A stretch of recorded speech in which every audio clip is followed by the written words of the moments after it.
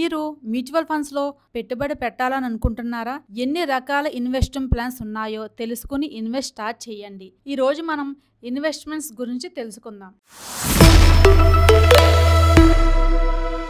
Hi friends, welcome to Renuka Kakinada vlogs. మీరు కొత్తగా వస్తే మా సబ్స్క్రైబ్ బటన్ని హిట్ చేయడం మర్చిపోకండి మరియు మా నోటిఫికేషన్ బెల్ని ఆన్ చేయండి. సో మీరు మా ఎగ్జైటింగ్ వ్లాగ్స్ని మిస్ అవ్వకుండా ఉంటారు. ఎవరికి ఏ టైప్ ఆఫ్ ఇన్వెస్ట్మెంట్ నచ్చుతుందో తెలియదు. కొంతమంది దగ్గర మంత్లీ అమౌంట్ రొటేట్ అవ్వచ్చు.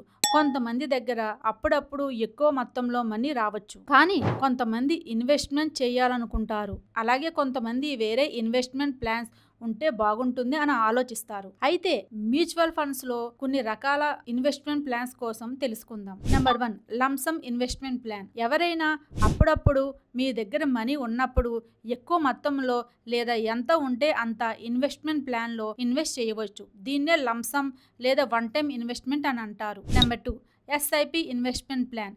ఎస్ఐపి అంటే సిస్టమేటిక్ ఇన్వెస్టింగ్ ప్లాన్. ఈ ఇన్వెస్ట్మెంట్కి అర్థం ఈ పేరులోనే అర్థమవుతుంది. మీరు ఒక ప్లానింగ్ ప్రకారం ఒక డేట్ అమౌంట్ ఫిక్స్ అయ్యి ప్రతి నెల కంటిన్యూస్గా చెయ్యాలి అనుకుంటే సిస్టమేటిక్ ఇన్వెస్టింగ్ ప్లాన్ని చూస్ చేసుకోండి. Number 3, step up SIP. దీనికి అర్థం ఏమిటంటే మనం ప్రతి సంవత్సరం మన ఇన్వెస్ట్మెంట్ అమౌంట్లో 10% మనీని యాడ్ చేసుకుంటూ వెళ్ళడమే. ఫర్ ఎగ్జాంపుల్, ఫస్ట్ ఇయర్లో ఎస్ఐపిలో ఒక 1000 రూపాయలు ఇన్వెస్ట్ చేస్తే నెక్స్ట్ ఇయర్ నుండి 10% అమౌంట్ని యాడ్ చేస్తే 1100 ఇన్వెస్ట్ చేస్తారు. అలాగే ప్రతి ఇయర్ 10% అమౌంట్ని యాడ్ చేసుకుంటూ వెళ్ళడమే.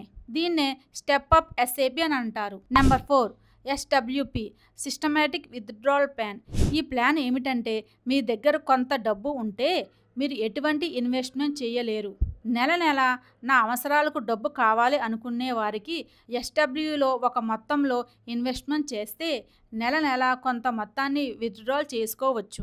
ఇలాంటి ఇంట్రెస్టింగ్ టాపిక్స్ తెలుసుకునేందుకు మా ఛానల్ని సపోర్ట్ చేయడం మర్చిపోకండి. Until then take care.